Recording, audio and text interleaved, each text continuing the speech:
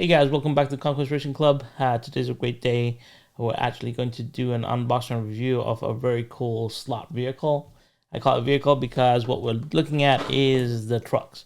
So right here you see the Carrera Truckster. This is the conventional. That is the blue one. And we also have the red one, or the cab over design as well. So we're going to tear down and have a look at these two vehicles in deep detail. So let's get to it. The first thing I noticed when I removed the cars out of their packaging and put them onto a track, this is a standard Carrera track right here, was the downforce. So if I pick up this track and keep on moving it vertically, you'll see that the trucks just don't move, right? Like, we're almost perpendicular right now to the camera, which is at 90 degrees, and you can see that the trucks basically haven't moved in position. And I didn't do that gently either. It was pretty aggressive, and the trucks didn't move. So magnetic downforce on these vehicles is pretty high. That means they'll probably grab onto the track. That means if they do come off the track, they're going to be a little bit violent when they do. So, going to be exciting to get these lap times in today. So we're going to take a look at the red truck. This is the Overcab design. And it's actually my favorite style of the vehicle out of the two. I really like this classic look.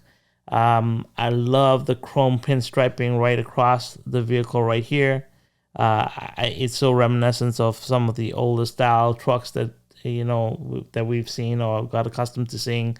So I really like these little details that Carrera put into the truck here.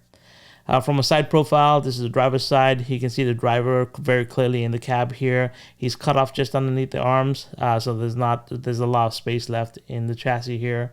What I like to see is the really nice chrome mirrored finish to this vehicle right here.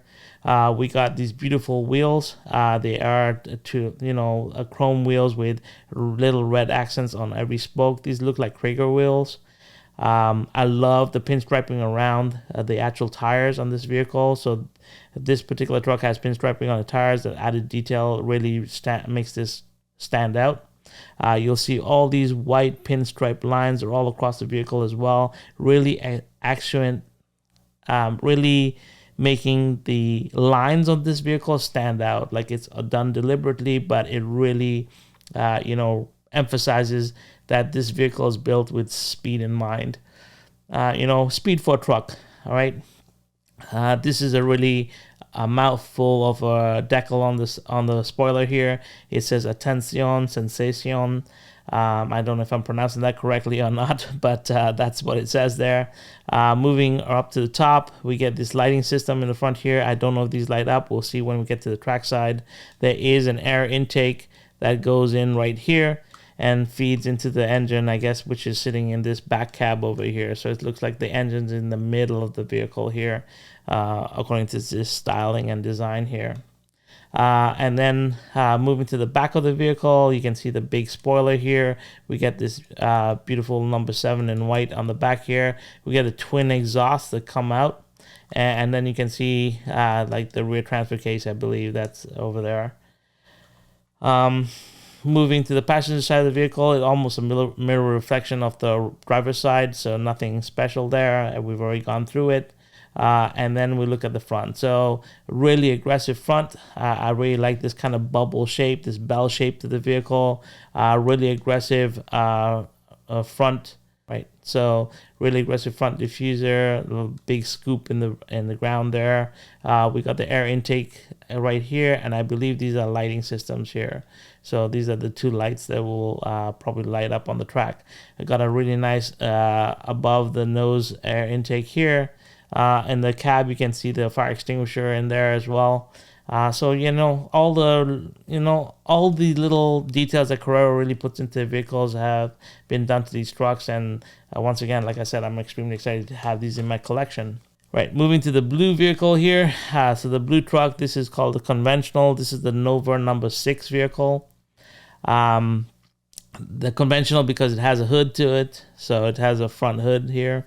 Moving from top down, we're going to see that it has a very clear view of the driver in there. He's again cut off just below the arms. You can get to see the red roll cage in there. Moving down the vehicle here, you get the little number 6 decal in there. You got these white stripes that go across the vehicle here. Once again, emphasizing, breaking up the vehicle monotony and emphasizing probably the speed of this vehicle. That's a racing truck. Really low side skirts here. Right at the bottom of the side skirts, you get a couple of logos here as well. Decaling, I believe it says Texado and Electric. Anyway, some small logos down here. Not too sure what they all say, but they're there. We get to look at the wheels. Once again, like I said, this truck has 10 wheels on it. 10 tires on it. But the wheels themselves are really cool. They're chrome with the red finishing on them. Once again, red spokes. They look like Traeger wheels again to me. And then this tire itself does not have the white pinstripe, but it has the Carrera branding on it. I personally prefer the white pinstripe over the Carrera branding if it was me, but that's what this truck has. And then we get to the rear. It's got this really nice little teardrop here to kind of close out the back of the truck, which I really like. And it has the Carrera branding there. On the top, we have the Nova branding on the spoiler, on the side of the spoiler. Looking at it from the top down, you can see that we have the smokestacks. So this vehicle does not have a rear exhaust, but it has smokestack exhaust, which is really cool. I really like the fact that these two vehicles have a sort of unique touch points for either one of them, right? They're not the same vehicle, just branded different liveries. They're actually two different body styling, which I really, really appreciate. We get the fans here for cooling, and we are going to move to the back of the vehicle. Once again, back is pretty simple. There's no exhaust coming out, but we do have the transfer case there.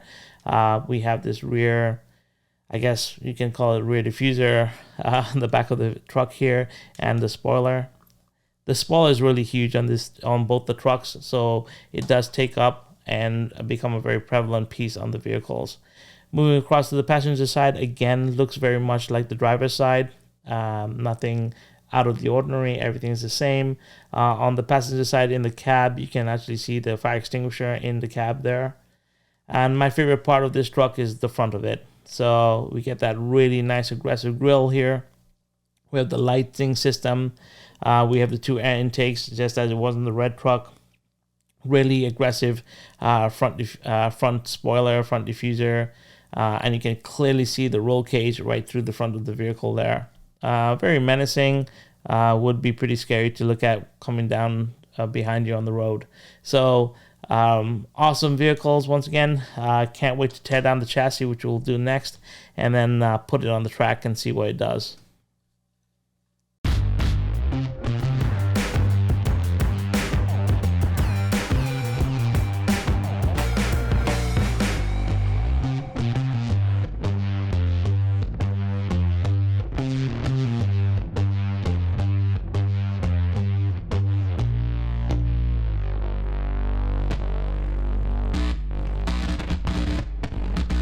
To get a look at the chassis, we have to undo 3 screws. There's 1 screw here, so 1 screw there, 2, 3 screws. So I'm going to go ahead and take out these screws and come back. Alright, so I've undone the 3 screws, and what's very interesting is when I undo the 3 screws and I remove the chassis, so you can see it comes apart just like this. And you'll notice that it's very interesting. Here is we got the cab comes off separately, and the cool thing is that these chrome fuel caps actually come off the truck as well. So that's where the screw actually attaches. So it slides on here. It's pretty interesting actually. So these 2 sides just come off, and the screws actually attach right through there and hold them down, and that's what holds the cab down in place. So that was pretty cool and pretty interesting. And the back also as well is actually what's held on to the vehicle, and that screw goes into here. So very interesting design from Carrera here. Okay, so here we are. We're looking at the truck chassis. So as you can see, it's got it's got 10 wheels, but these two are actually glued together. So technically it's got 6 wheels, but there's actually 10 sets because, as you can see, each wheel is actually pretty narrow, and the back wheels are 2 of them joined together. These are glued together, so they act as one piece. So technically there's 6 wheels, 6 tires, sorry, on this chassis, but these two are similar to this one, glued together. You can see it's a very interesting design. We got the lights in the front, the axle with the brass bushings right there. We got the digital chip here. These are digital vehicles. It doesn't seem to have any rear lights. I don't see them anyway. So let's look at the back here. I see any rear lights? I don't think I do. So there's no rear lights to this vehicle. There's front lights here. Yeah, and then there's the motor pod right there. So that's a standard Carrera motor. You can see the gearing back here. So it's a crown gear, and the pinions back there as well. So this is the driving. This is the drive wheels right here, and then over here we have the motor and the chip and the front axle, and that's the vehicle in itself. So the chassis is pretty unique. Pretty cool looking from Carrera. A little bit different. It's nice to see something different. On the back of the chassis here, we can actually see some of the stylings that are actually part of the design of the truck. So the transfer case and the 2 little like red lights that indicate the rear lights on actually the chassis of the vehicle. And the cool thing here is that the middle part, the middle wheels here, they actually are movable, so they move up and down, so they cause a little bit of suspension for the truck as well. Right, just like that. It's pretty cool. Like I said, very different chassis, and the very unique part about this is the actual cab goes back in a couple pieces. So we'll just do this bit by bit here. We have the cab of the vehicle that will go back on top here. We'll try and do this piece by piece. I don't know if it does. So there's the cab. Then we have the 2 chrome sides. So we have the side number 1 here. Slips in there like that. And side number 2 will slip in like this.